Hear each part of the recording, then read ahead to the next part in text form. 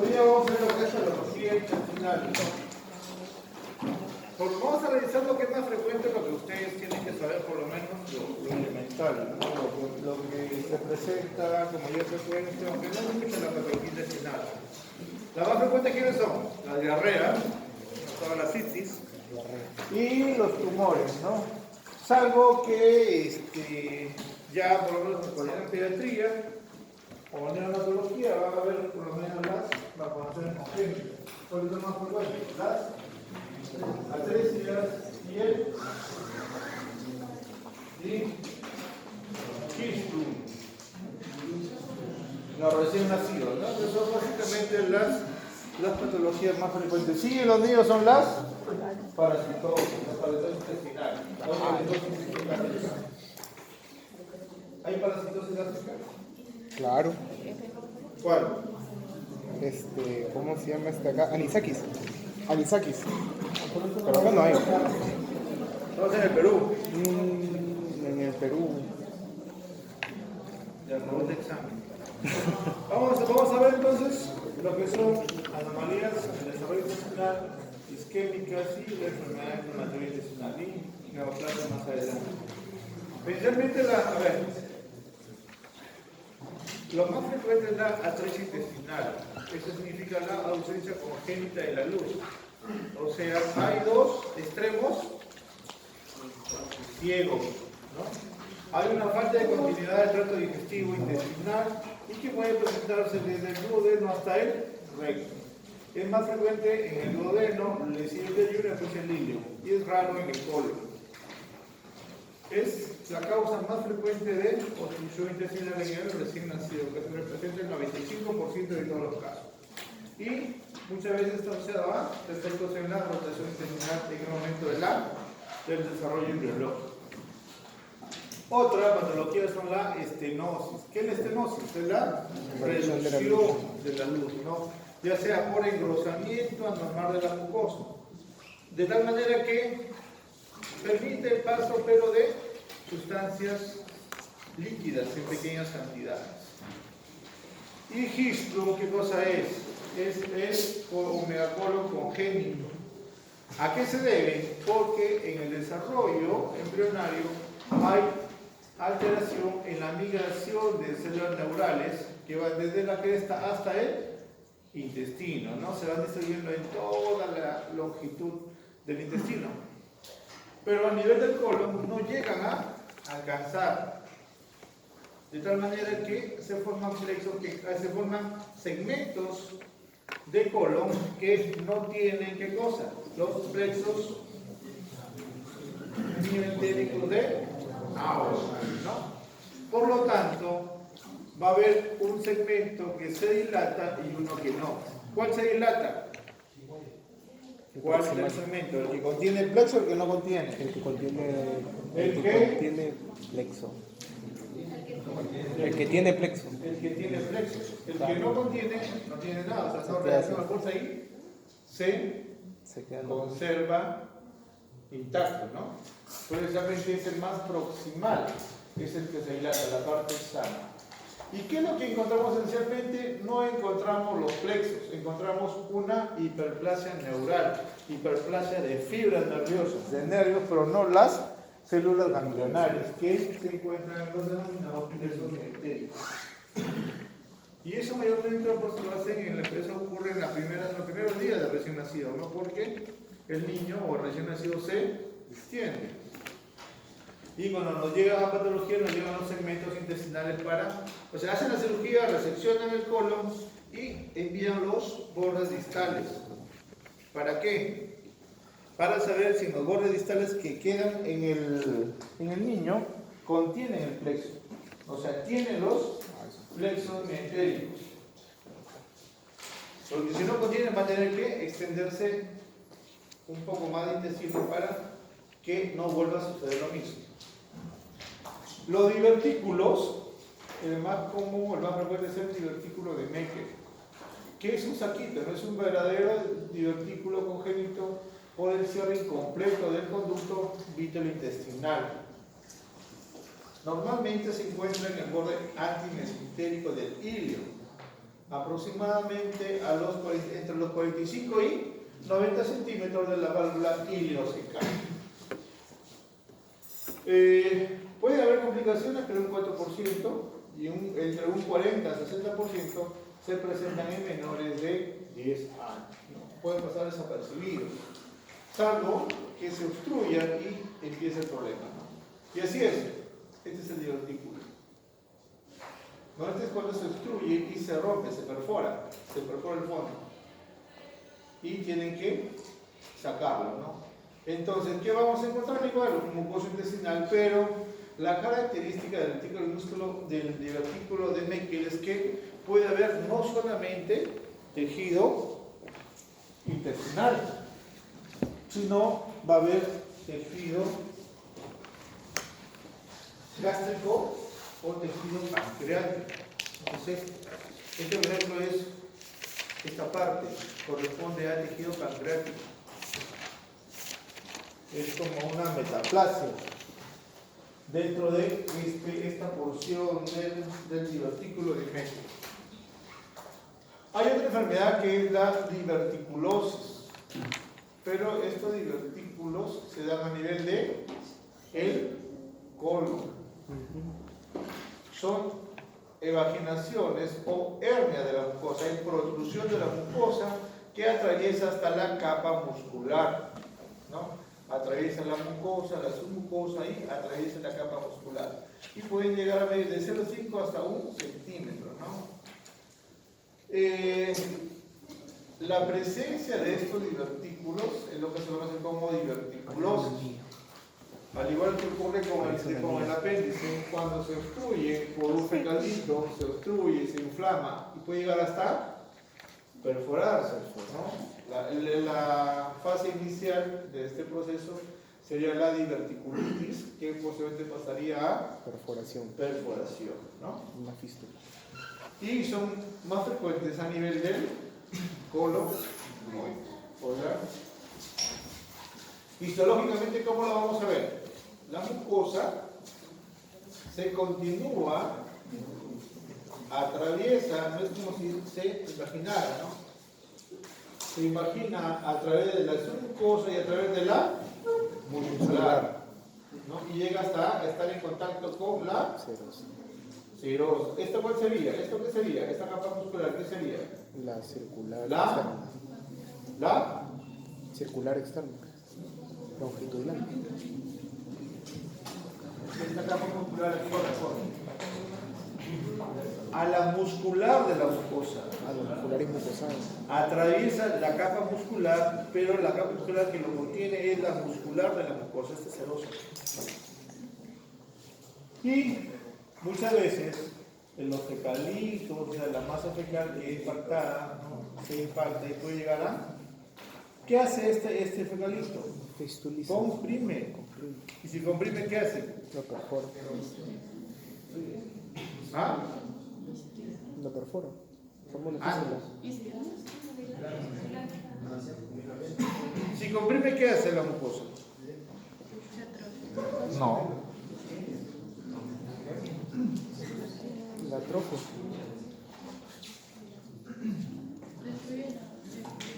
Ya, pero ¿por qué? ¿Por qué mecanismo?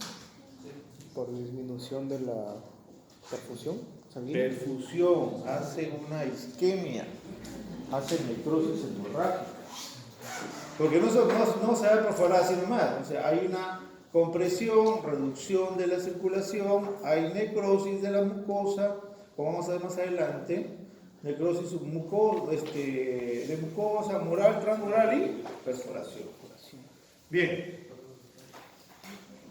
Causas de obstrucción intestinal son las hernias.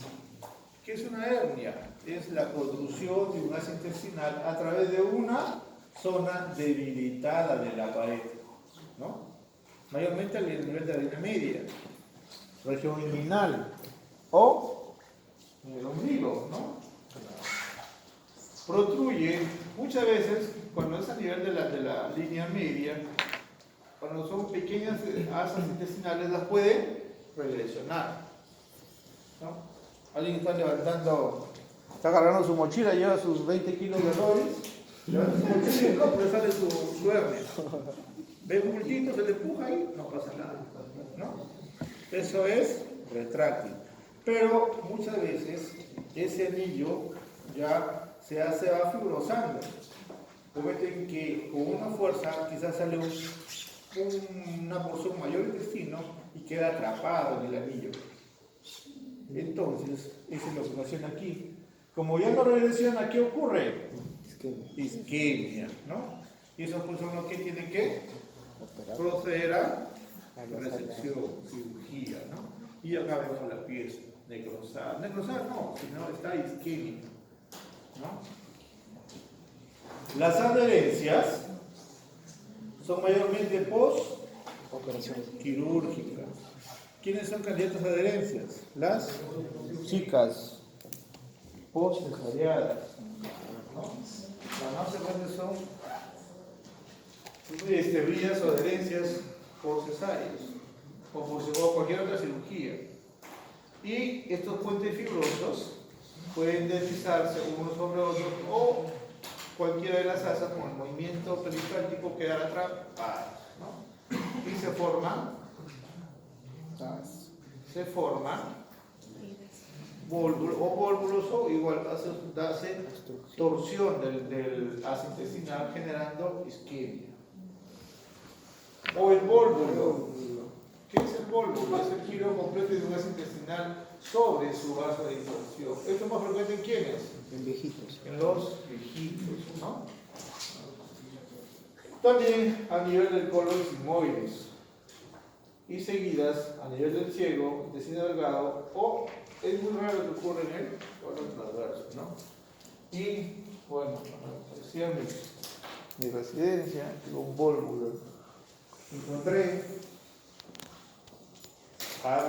cebolla, ceviche, granadilla, probablemente todo lo exterior. O si tienen un pestantismo más lento, ¿no? Y hace su obstrucción.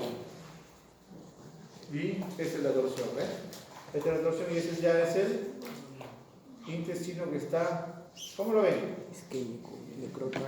Hematizado, isquémico, necrótico ya, ¿no? Esa es la clásica necrosis hemorrágica del isquemia intestinal. La intussusección, ¿qué cosa es? Es dicen acá, el mioperitalismo puede empujar la mucosa o a todo el intestino dentro del mismo. Eso como lo se embute por el mismo peritalismo. De tal manera que va a haber un momento en que queda atrapado y igual, ¿qué pasa? Isquemia, ¿no? Ahí está. Y tienen que ser reseccionados, porque igual es un proceso digestivo. Ocurre en los niños mayores y en adultos, o también puede ser ocasionado por una masa tumoral. Igual, como le dije, obstrucción intestinal, hay compresión de los vasos mesentéricos y por lo tanto hay un infarto intestinal con necrosis hemorrágica. Todos los anteriores son trastornos hemorrágicos, son trastornos isquémicos, pero también tenemos otros.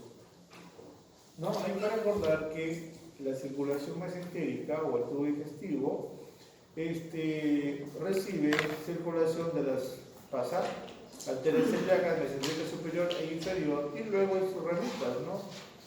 Que dan origen a las arcadas mesentéricas. Estas arcadas también tienen circulación colateral. Por eso es que pueda que si hay un proceso obstructivo pueda solucionarse en un primer momento, pero si persiste ya ocurre de todas maneras el daño isquémico. Todos los trastornos isquémicos que llevan a la necrosis de una parte o de todo el espesor de la pared. Por eso se dice que dependiendo de la extensión y gravedad pueden desarrollarse tres patrones de lesión. El infarto transmural, que significa compromiso de todo el espesor de la pared, mucosa, submucosa y hasta submucosa, muscular y fibrosa. Incluso si hay infarto transmural, ¿qué pasaría acá? La perforación, porque toda la pared se necrosa y es un tejido muy lábil. Y por la presión y por el edema termina perforándose. El infarto mural compromete la mucosa, submucosa y la capa superficial de la muscular.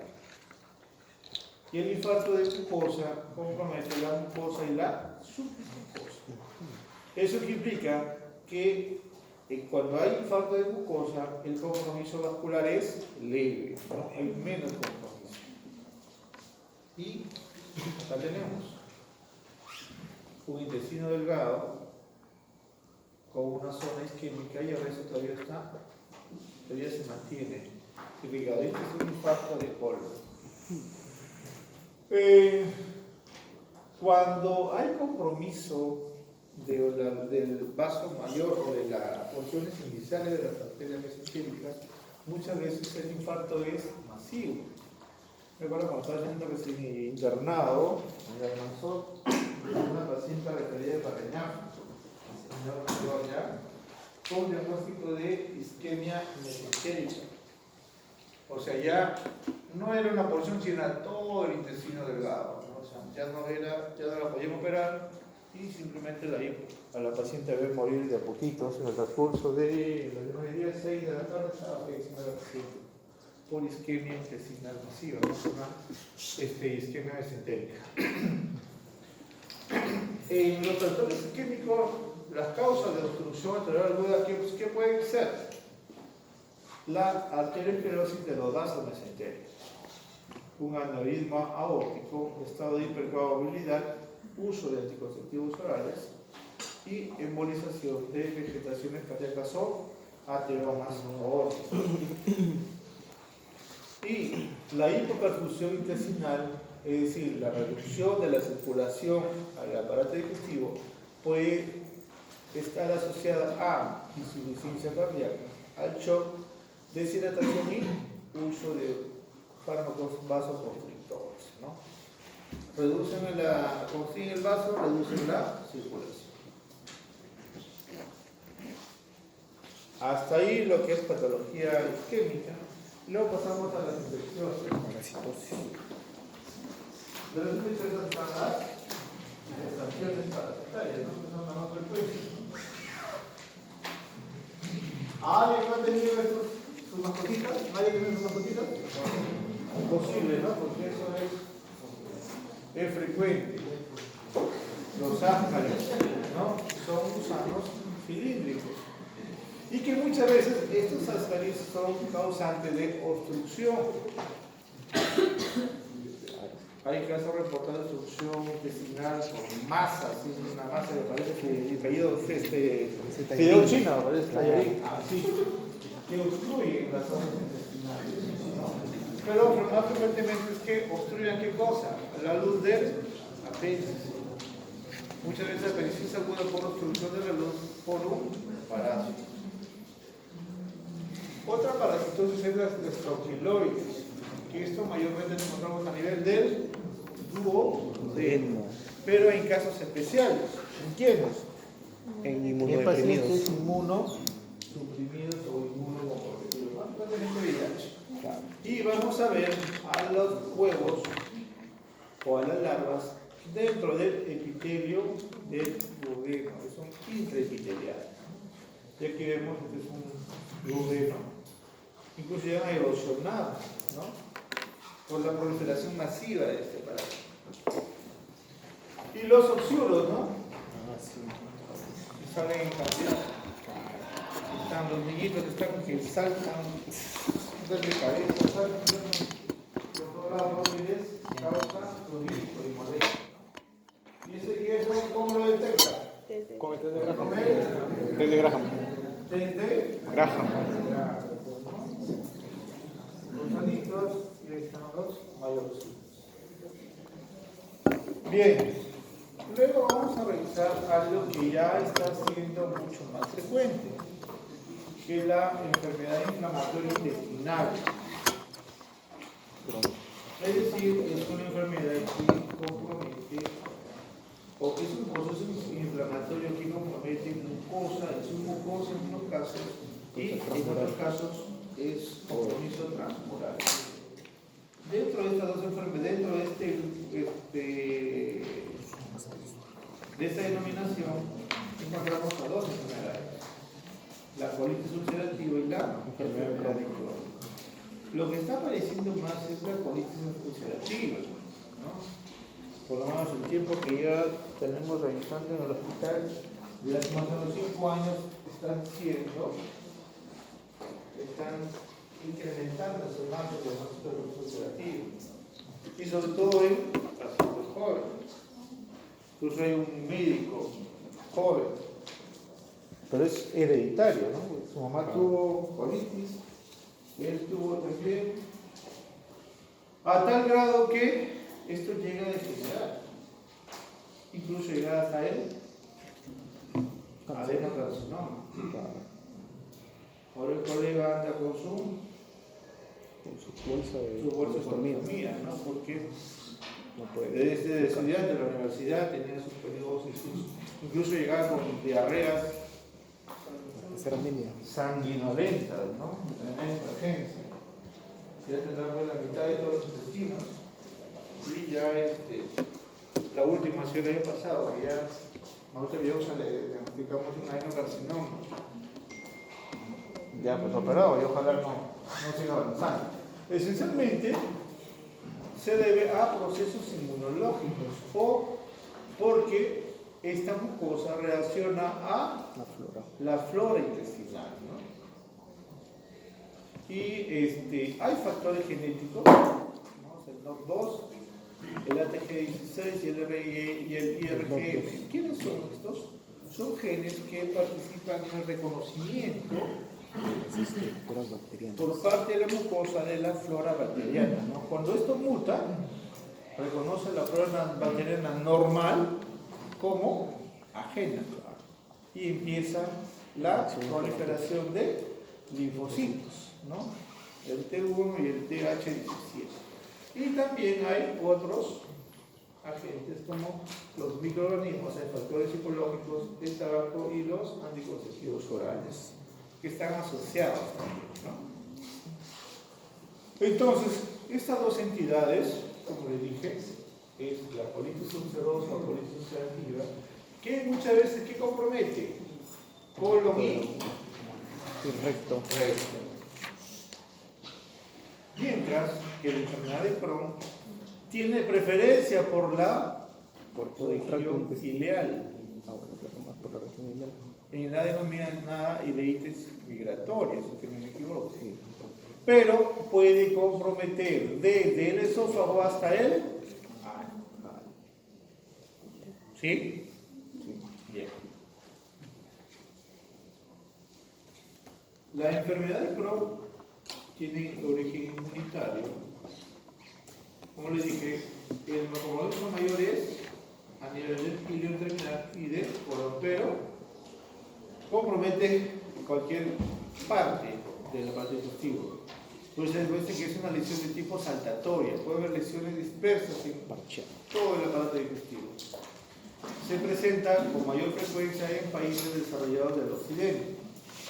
Se puede presentarse a cualquier edad, pero es más frecuente entre la segunda y tercera década.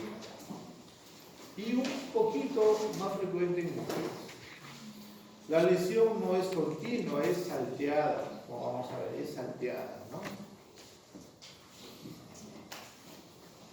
En el 40% se compromete el intestino delgado, en el 30% ambos intestinos y en un 30% solo el colon. Y tiene 3 rangos histológicos característicos. ¿Cuáles son? La inflamación granulomatosa. Las fisuras por compromiso transmural de la pared. Las fisuras, los granulomas no caseificantes y las fístulas. Otra característica es la distorsión glandular, porque se destruye la mucosa, se vuelve a reparar y en esa reparación continua puede haber esa distorsión glandular. Y los granulomas no caseificantes. ¿Qué otra patología de la granuloma no caseificante? Sarcoidosis. La sarcoidosis. Y vemos acá, ¿no? La fístula y la mucosa erosionada. Y aquí vemos toda la mucosa erosionada. una úlcera, la destrucción del epitelio, ¿no? Del epitelio inflamatorio, y bueno, aquí el compromiso es hasta la submucosa, la muscular todavía está intacta.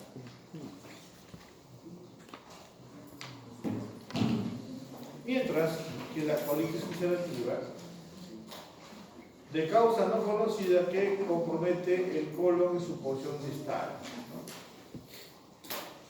Se inicia en los extremos distales del recto y puede extenderse de forma retrógrada y comprometer todo el colon, ¿no? A lo que se le denomina una pancolitis. Y la lesión no es en saltos, es continua. A diferencia de Crohn, que sí es parcheada. Y como hay erosión de la mucosa, se reepiteliza y puede que esa reepitelización forma estructuras denominados pseudopólipos, ¿no? O bueno, es decir, son zonas de mucosa que se regeneran, pero no regeneran de forma correcta, igual, ¿no? De forma alterada en su volumen. Si hay compromiso en la pared, hay degeneración de la pared originando un megacolon tóxico. Absceso de las criptas o la denominada criptitis, que es la característica de ese tipo de enfermedad inflamatoria. Hay úlceras y por lo tanto, si hay heridas, si hay formación, hay áreas de fibrosis. Pero a diferencia de la enfermedad de Crohn, esa regeneración permanente de la mucosa intestinal puede generar cambios displásicos. Por eso es que la colitis ulcerativa tiene un grado o un riesgo a desarrollar un adenocarcinoma más adelante. Y este es, ¿no? La mucosa erosionada. De hecho, muchas veces sacan todo el colon, sacan sigmoides, colon ascendente, transverso no sacados. Y esas son las denominadas, los denominados pseudopólipos, ¿no? O sea, es la mucosa que se regenera, se utiliza entre zonas ulceradas, ¿no? Y esta es la denominada criptitis, y el infiltrado inflamatorio crónico o linfocitario abundante, ¿no? Severo en la lámina propia. Y si hay criptitis, ¿qué vamos a encontrar en la luz? ¿Qué tipo de células? Neutrófilos. Muy bien. Hasta ahí la patología no neoplásica. Luego pasamos a las neoplasias. A nivel del intestino delgado, las neoplasias son raras. Más que raras, son poco frecuentes o son escasas. La patología más frecuente a nivel del intestino delgado es a nivel de la ampolla de Barrett, que muchas veces también, como es un epitelio glandular, que va a originarse un adenocarcinoma. Entonces, vamos a revisar. Pero pueden haber también tumores estromales. Los más frecuentes dentro de ellos, leiomioma, lipoma. Puede haber degeneración del tejido muscular liso, por lo tanto, un leiomiosarcoma. O también puede haber lipomas o del mismo músculo que pueden generar hitosuscepción. Los tumores carcinoides originadas en células endocrinas que se encuentran en las criptas del intestino delgado, ¿no? Que también pueden ser más frecuentes a nivel del yeyuno o del ileo. El adenocarcinoma, como les dije, es de 40 veces menos común que el intestino grueso en ancianos. No hay predicción por el sexo y mayormente en globero, como dije, a nivel de la ampolla de Barrett. Y muchas veces es una proliferación neoplástica glandular, o sea, un adenocarcinoma de patrón papilar y que muchas veces puede diagnosticarse por citología cuando se hacen cepillados, o muchas veces ahora ya se hace más por endoscopía. Gracias. ¿no? Gracias. Esto es el duodeno. Esto es el conducto. ¿Qué conducto? ¿Qué conducto desencadena o desemboca en ampolla de hielo? Quístico. ¿Seguro? Colédoco. Miren, este es un boro y este es el boro. ¿Cómo el orificio de la ampolla o la esfínter de la ampolla de Walter está obstruido por esta neoplasia? Hay dilatación del colédoco. Seguro que yo medí por lo menos de 2 a 3 centímetros. Y aquí está. Esta es la visión. Esta es una cirugía también amplia, pero muy riesgosa. Porque el paciente muchas veces no sobrevive a la cirugía. A veces no se sabe si es bueno dejarlo al paciente que sea con su neoplasia o operarlo. Esta es la famosa operación de Whipple. ¿No? Y muchas veces, si son personas jóvenes, tienen más chance. Cuando son ancianos, se mueren por complicaciones. ¿No? ¿Por qué? Porque hay resección del intestino delgado, o sea, del duodeno y algo más. Resección del tumor y, ¿qué más? Cabeza de páncreas, que está detrás de esto. Se resecciona la cabeza del páncreas, que está acá. Esta porción es cabeza. Este es un ambuloma. Esta es mi foto del 2014. Ah, no, miento, 2010. Cuando era residente. Este es mi primer ambuloma. Microscópicamente, con estos son adenocarcinomas moderadamente diferenciados y todos marcan para citoqueratinas 7 y 20. Y cuando ya se hace el diagnóstico, son ya de este tamaño. Por lo tanto, ya hay diseminación a ganglios linfáticos. Pues el diagnóstico se hace cuando ya ha crecido tanto que obstruye, ¿no?, la salida de la bilis hacia el duodeno. Y empieza a hacer consultericia y tal cosa. Ya, al igual que el tumor de vías biliares, ¿cómo se llama este? Colangiocarcinoma. El Klansky. El Klansky, cuando lo diagnosticas, es cuando la paciente está ictérica. Pero ya ese tumor ya está avanzado, solamente queda darle calidad de vida a otro paciente.